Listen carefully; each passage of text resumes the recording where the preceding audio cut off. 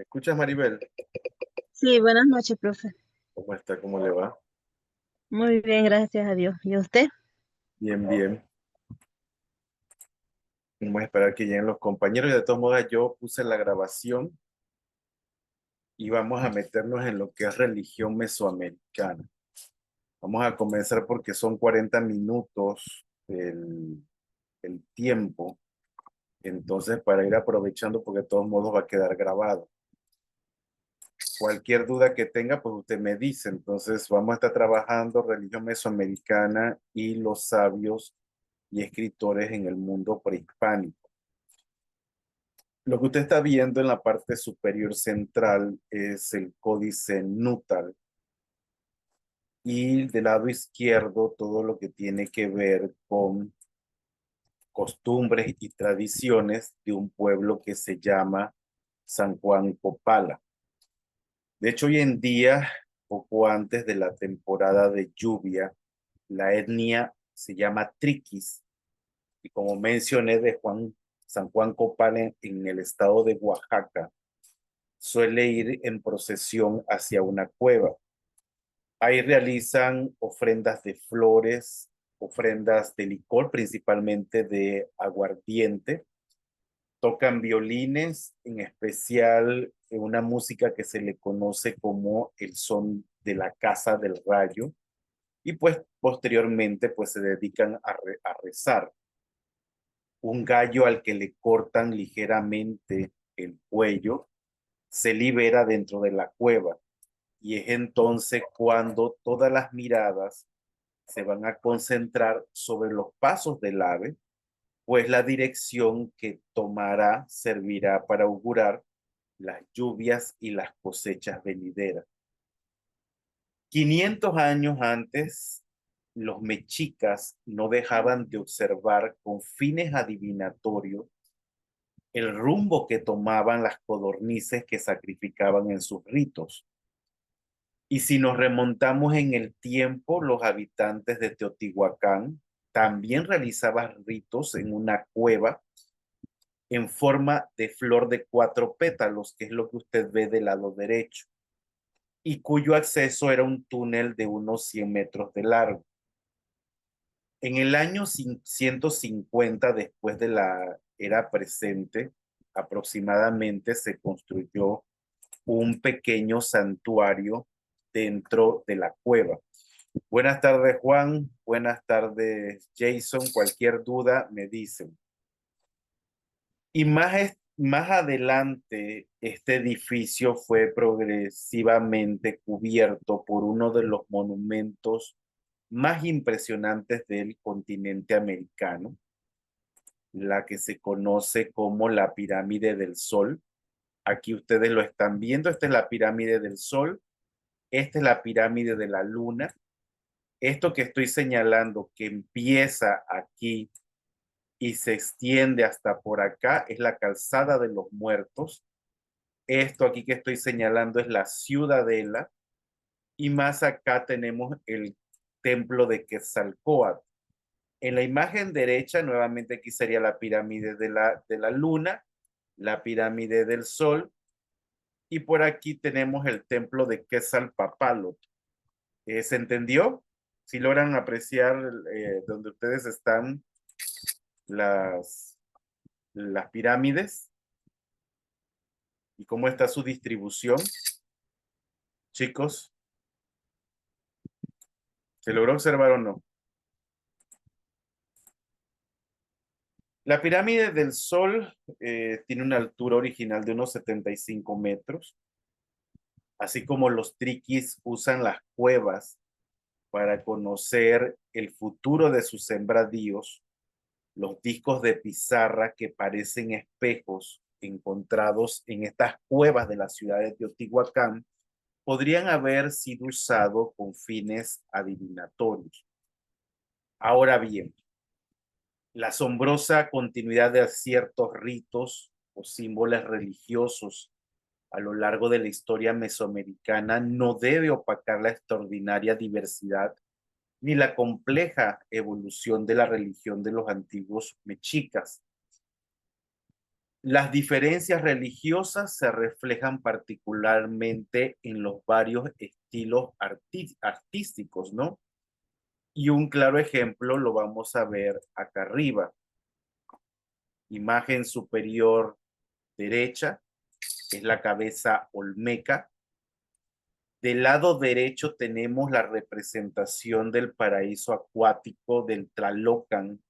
Esto se encontró en una pintura mural de Tepantitla, uno de los barrios que conforman Teotihuacán.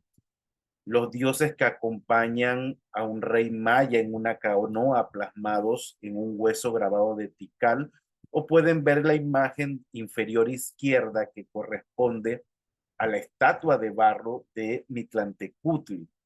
Si bien todas estas obras comparten una cosmovisión, cada una refleja también la tradición religiosa de una región o una época específica. ¿Vamos bien? ¿Habían visto alguno de estos objetos?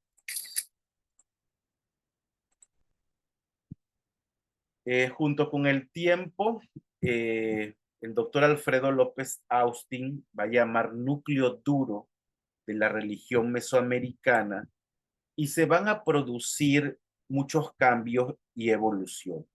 Voy a mencionar dos ejemplos.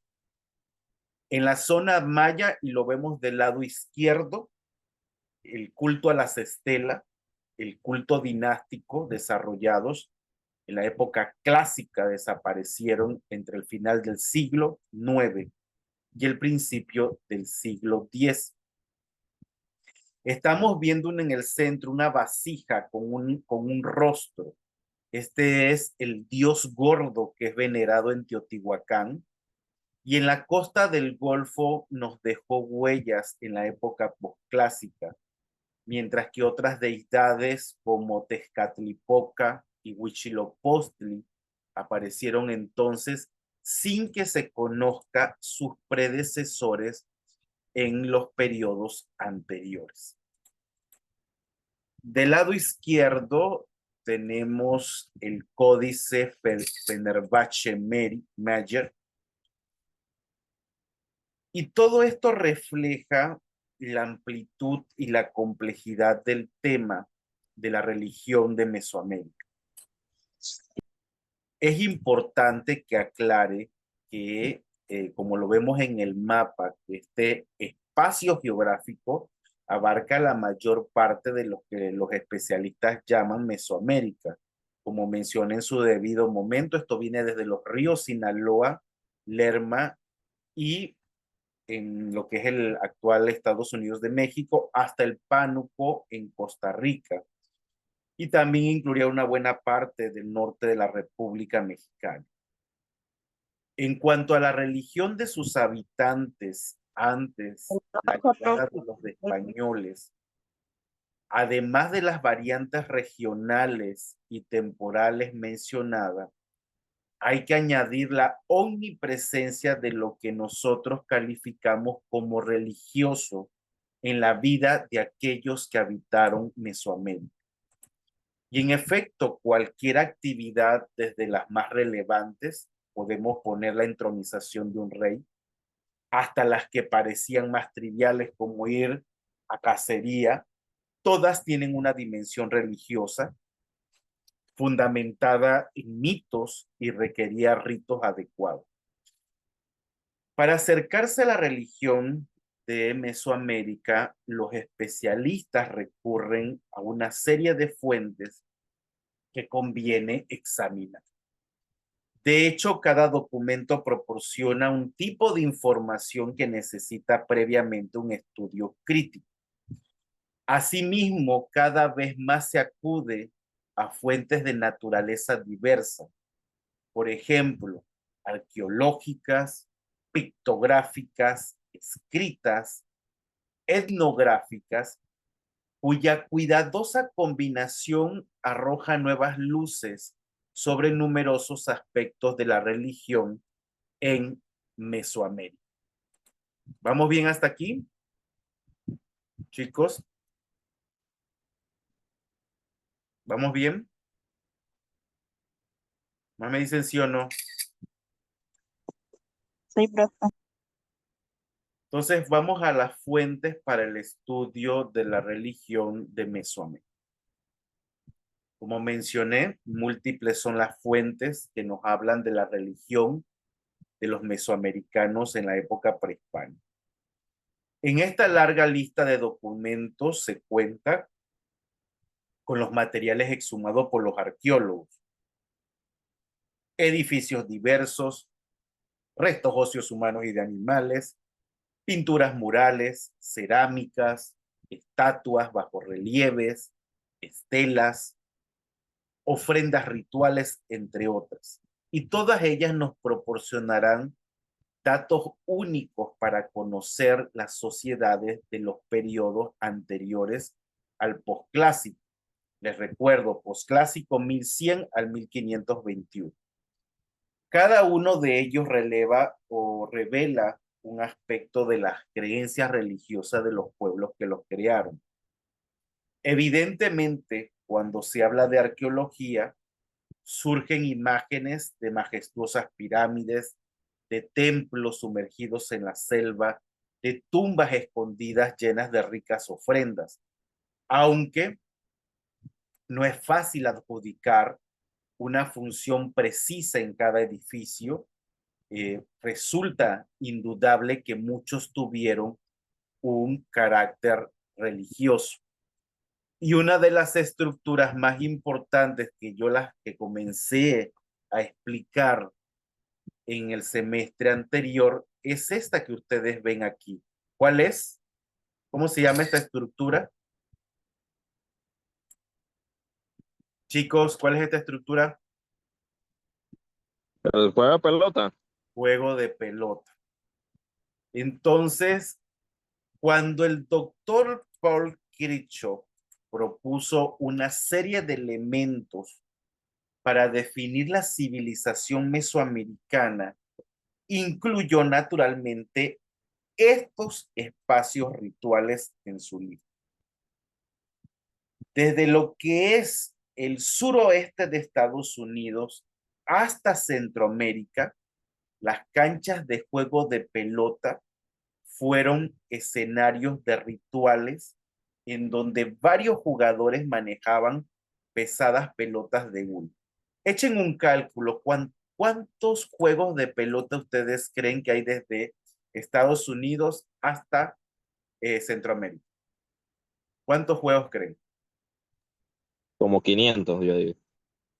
Hay 1500 juegos de pelota. Y para citar dos casos en particular, imagen inferior izquierda, tenemos 17 canchas en el Tajín, estado de Veracruz. Imagen superior izquierda, esto es en la ciudad arqueológica de Cantona en Puebla, con 24 juegos de pelota. Hablamos de dos sitios del final del periodo clásico, 600-900 después de Cristo, y del epiclásico del 900 al 1100 después de Cristo.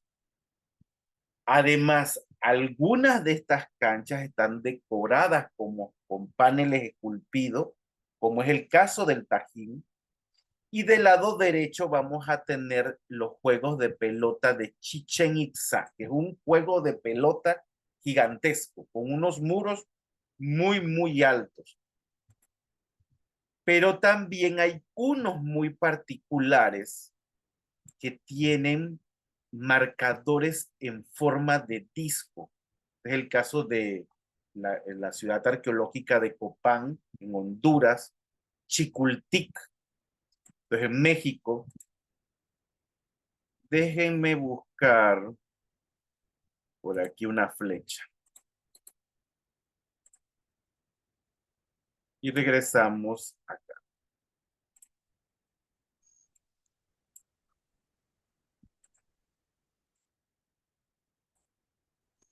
Vamos a ver si logran observar.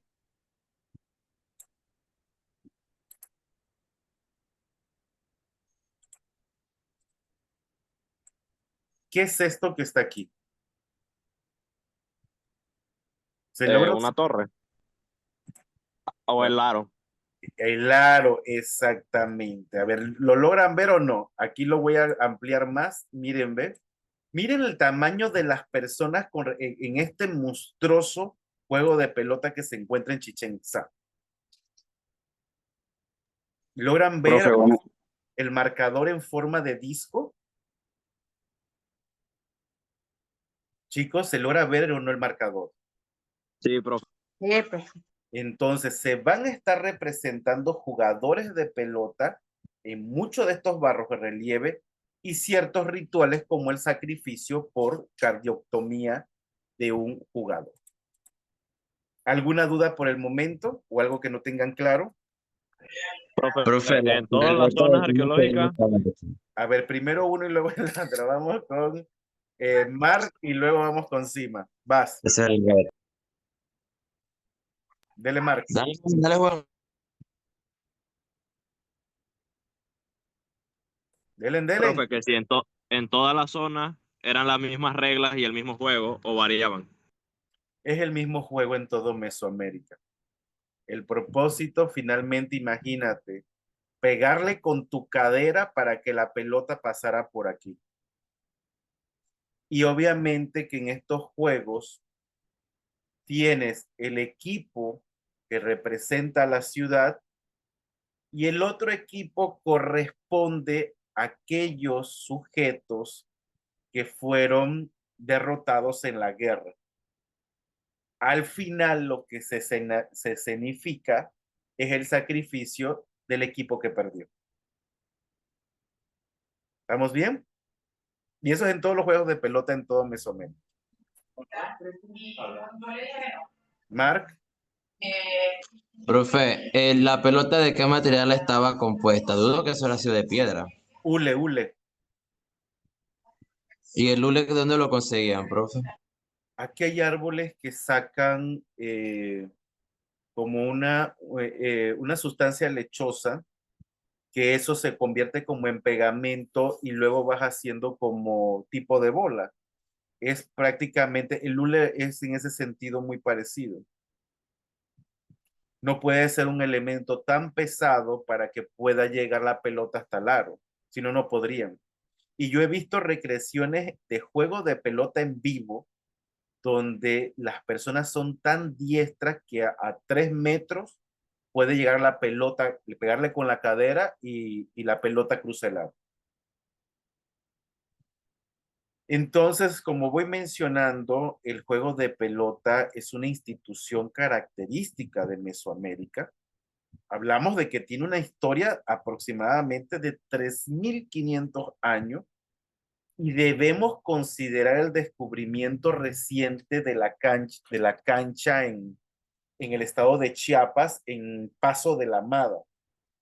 Y como mencioné, aproximadamente 1.500 canchas han sido localizadas. Se cree que había diversas funciones y significados relacionados con el juego de pelota. Hablamos de portal al inframundo, escena de recreación de batallas cósmicas entre los cuerpos celestiales, rituales de fertilidad, ceremonias de guerra, afirmación política de gobernantes, escenario para sacrificios humanos, entre otros. Para analizar estas concepciones, voy a presentar información basada en tradiciones de las etnias teotihuacanas, mayas y toltecas, y esto con la intención de mostrar cómo el juego de pelota era una actividad pan-mesoamericana ligada a una cosmovisión común a todos los pueblos. Voy a empezar con el primero. ¿Esto qué es? Según lo que ya yo les he ido enseñando, ¿de qué etnia es? Tenemos una Puishbalanque. ¿Qué etnia será esto? Ah, ya. Maya. Y vamos a empezar con el Popol Vuh. La historia de la creación de los maya quiché que nos dice acerca del concepto de la muerte y del juego de pelota. Allí en el Popol Vuh, dos hermanos, Hunhunapú, que es el dios del maíz, y Vucupjunapú, van a descender al inframundo. El inframundo en la etnia maya se conoce como Xibalba. Ellos bajan a este plano para jugar al juego de pelota con los dioses de la muerte que vivían allí. Los primeros padres, a ellos se les llama así, fueron derrotados y sacrificados por los perversos dioses de Xibalba, pero los hijos del dios del maíz, conocidos como los héroes gemelos, Hunapú e Xbalanque, jugaron a la pelota con los señores de la muerte y triunfaron sobre ellos en varias ocasiones, humillando a las fuerzas del inframundo. En el último acontecimiento de estas acciones que sucedieron en las mansiones diversas de Xibalba, los gemelos se lanzaron al fuego en autosacrificio y los dioses de Xibalba molieron sus huesos y los tiraron en el río. Los dioses malignos pensaron que habían eliminado a los gemelos, pero estos volvieron a la vida disfrazados como mendigos y por medio de algunos prodigios mágicos van a engañar a los dioses del amor. Entonces, los gemelos mataron a los dioses principales y debilitaron al resto de ellos. Poco después, los héroes gemelos revivieron a su padre, el dios del maíz, y entonces subieron a los cielos donde ellos reinan como el sol y la luna. Entonces, de acuerdo a lo que acabo de señalar en este pasaje del Popol Vuh, estamos viendo el concepto de la reciprocidad con los dioses mediante el sacrificio humano. La muerte fue burlada y la esperanza llegó a la humanidad. Un espíritu que arriba Xibalba va con la esperanza de vencer también a los señores de la muerte para surgir victorioso como los héroes gemelos y llegar a ser venerado como un antepasado. Entonces, de este mito de los héroes gemelos se puede concluir que la resurrección y el renacimiento son un producto del sacrificio, especialmente la muerte por decapitación. ¿Se entiende esto? Si alguien que no tiene el Popol Vuh y lo necesita, se lo puedo prestar con mucho gusto. Nada más me dice. Entonces, se creía que las canchas eran los portales o entradas al inframundo, los umbrales o dinteles donde los hombres y los dioses interactuaban. Ellas eran literalmente montañas hendidas, se le dice vaginas dentadas o bocas que conducían al vientre de la tierra. Un descenso que llevaba a lo que es el héroe cultural al inframundo. Entonces las canchas funcionaban como fuerza mediadora y equilibrante. Por eso están localizadas en áreas centrales de los complejos arquitectónicos. Vemos imagen superior izquierda, el juego de pelota de Palenque, imagen inferior izquierda, el juego de pelota de Copán, imagen superior central, este es el juego de pelota de Piedras Negras. También puedo mencionar el caso de Yaxchilán, el Caracol. La que ven en la imagen del lado inferior derecha es el juego de pelota de Tikal en Guatemala. Y también se puede ver esto en el juego de pelota de Río Bec. ¿Vamos bien? Chicos, Sí, profe, sí. entonces, lo que vemos allí es la ciudad arqueológica de Toniná.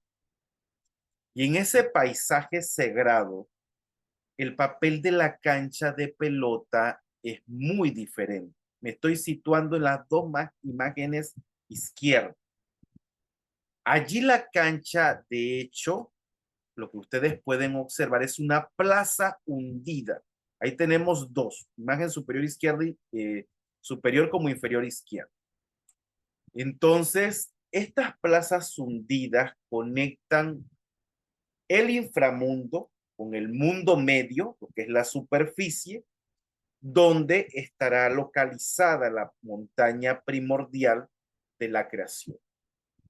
Sobre la montaña vemos allí en la imagen inferior izquierda, está una acrópolis que a través de varias etapas constructivas tiene relieves relacionados al inframundo, une a la montaña con el mundo sobrenatural del cielo y el sol. De este modo se observa cómo la morfología arquitectónica de las canchas indica su simbolismo. A diferencia de las pirámides, las canchas son grietas e hendiduras en la tierra que simbolizan portales o entradas al inframundo. Además de esto, en algunos sitios la cancha se localiza en las partes más bajas. Lo vemos también en la imagen inferior derecha. Eso es Uxmal. También lo podemos ver en Nacún.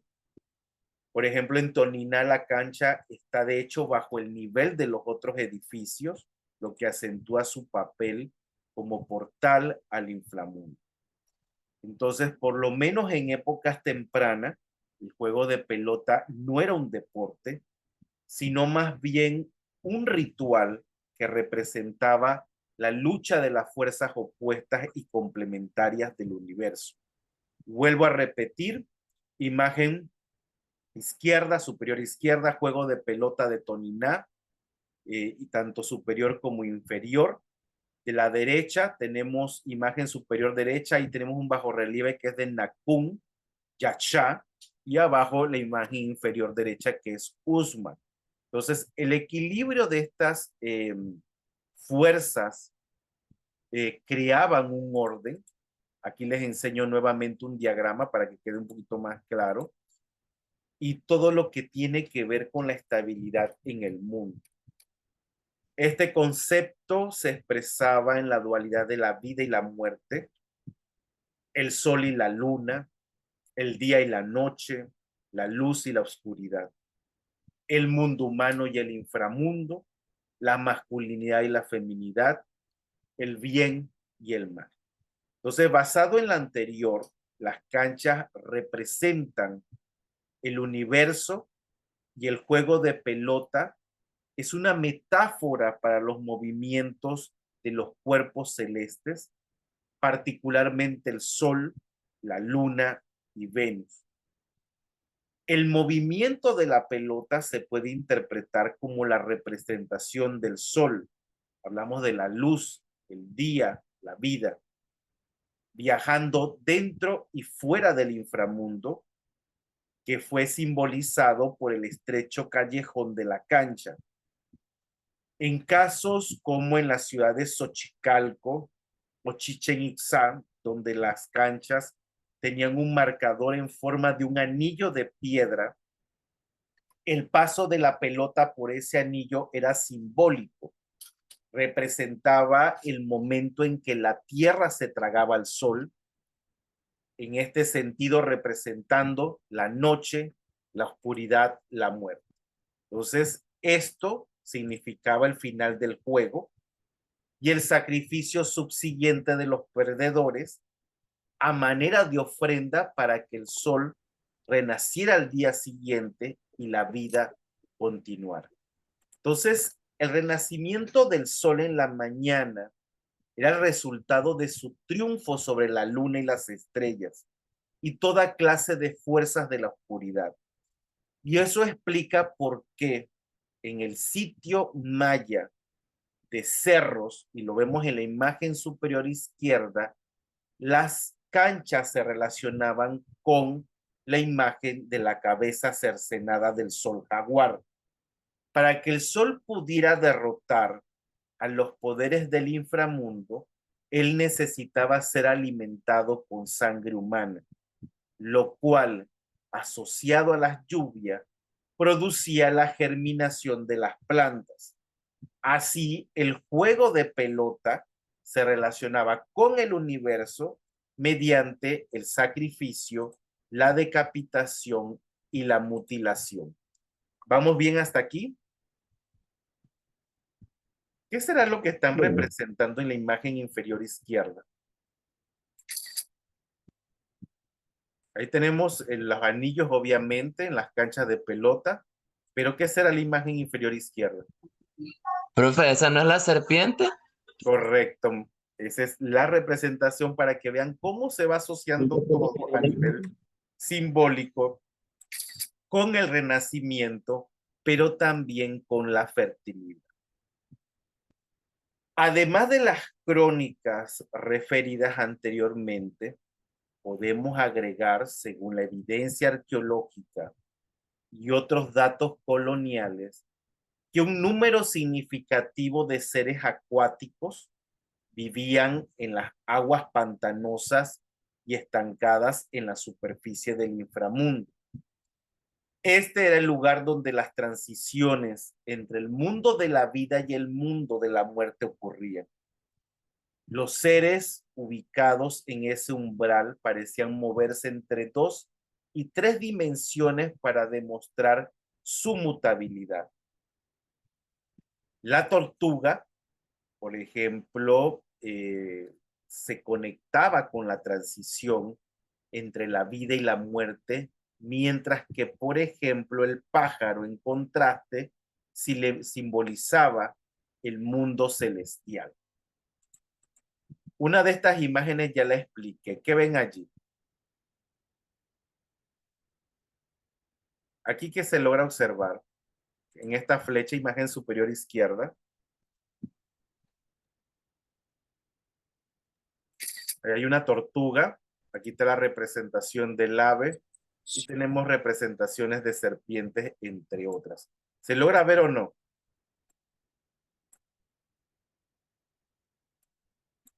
¿Logran ver la tortuga? Creo que el semestre pasado creo que No, les profe, mostré no este la veo. bajo relieve. Sí, profe. Creo que este bajo relieve yo se los había mostrado. Entonces, como vemos, en el juego de pelota, en muchos lugares se asocia con imágenes de sapos, tortugas, cocodrilos, serpientes, jaguares, mariposas, lirios blancos de agua. Hablamos de tanto de ninfeas como nenúfares. Y también la planta de datura. De la planta de datura se saca una bebida embriagante que se le conoce como toloache. En los relieves sacrificatorios de las canchas de pelota de Chichén Itzá y el Tajín, la sangre se convierte en serpientes y plantas para mostrar su poder fertilizante. Y lo vemos allí, las 6 serpientes que emanan de un jugador decapitado. Se lee como Huacán, y por ejemplo, para el caso de Chichén Itzá, el mismo nombre de la imagen que ustedes ven del lado derecho, el árbol del mundo o árbol de la vida. Y en ese contexto, la imagen es equivalente a la cruz foliada de Palenque. Me voy a la pintura mural de Tepantitla. Es todos estos murales que ustedes ven del lado izquierdo, donde también lo vemos también en la tumba 7 de Monte Albán, en ese pectoral que ustedes ven del lado del centro. Y en ambos vemos el juego de pelota asociado con mariposas. Ellas simbolizan el concepto de transformación, porque de ser larvas se convierten en insectos voladores. En el pectoral podemos ver relacionados el juego de pelota, el sol y la mariposa. Por otra parte, los sapos, las tortugas y los cocodrilos son animales duales que pueden vivir en el agua y en la tierra. Como las canchas son los lugares liminares que están en la frontera entre la tierra y el acuoso inframundo, se establece una relación alegórica en esos animales. El lirio de agua es una planta flor que abre sus hojas al amanecer y las cierra en el crepúsculo. Como la datura, sus propiedades son alucinógenas, lo hacen un vehículo de conexión entre el mundo medio y el inframundo, y la misma función que tiene el juego de pelota. Entre los mayas, las alegorías de la muerte y la resurrección eran también comparadas al ciclo vital del maíz, como los perdedores del juego de pelota eran decapitados al igual que el dios del maíz, que fue enterrado en la cancha de Xibalba por los señores de la muerte. Entonces podemos ver una relación entre el juego y los rituales agrícolas de la cosecha de maíz. Y en este contexto, las canchas eran milpas, es decir, cultivos. Estoy hablando metafóricamente, que jugaban un papel cósmico en el sustento de los seres humanos y de los dioses. ¿Dudas hasta aquí? ¿Vamos bien? Profe, ¿cuántas interpretaciones se le puede dar a ese juego de pelota? Porque usted ha mencionado bastantes. Entonces, ¿cómo uno centrarse, como por ejemplo, si usted nos pregunta de que, ¿qué significa el juego de pelota? Dentro de todo el significado, de todo ese amalgama que usted nos dio, ¿cómo centrarse en uno solo o simplemente hay que mencionar todo eso que se logra significar? No creo que pregunte las 15 significaciones que tiene el juego de pelota. Hay muchas significaciones. ¿Y Si cuál puedo de, preguntar, usted me puede, cuando mucho me preguntaré unas 6 o 7, ¿no? O puedo preguntar sobre la representación simbólica del mismo juego de pelota. Le puedo poner un bajo relieve y usted me lo puede explicar. Puede suceder eso también. Entonces, muy probablemente esté repasando algunas cosas, porque en la otra semana tenemos la fundación de la Escuela de Historia y el miércoles están todos citados a las 9 de la mañana. No sé si ya le dijeron sobre eso. Sí, profe, casualmente ahorita me acabó de llamar la profe Migdalia tuve que salir por eso, para cuadrar una cosa ahí que ella quiere no sé qué, y bueno. Sí, va a haber Pero, profe, actividades ese día. Bueno, vamos a profe, frenar ahorita. Dígame. la serpiente o alguno de estos animales tiene algo, porque si yo veo que ahí en esas cuestiones está la serpiente y demás, pero qué papel tenía la serpiente dentro del juego de pelota? O si bien el juego de pelota era como una especie de ritual también, no Es se una, pregunto. el juego de pelota siempre va a ser un ritual, tanto a nivel este deporte que se está practicando, porque finalmente se está escenificando todo lo que está sucediendo con los astros. Yo lo mencioné para el caso del Sol y la Luna. Y las yo sí serpientes entendí, porque creo definitivamente que se estaría para el paso- vinculado, alguien está hablando, está vinculado particularmente con la fertilidad y el renacimiento. yo Siempre sí lo va a ser un vínculo en ese que sentido. los dos eran diferentes astros y la pelota simulaba el paso de ellos. No escuché muy bien, se me acaba el tiempo. Regresando en 10 minutos, me haces nuevamente la pregunta, Johan. ¿Estamos bien?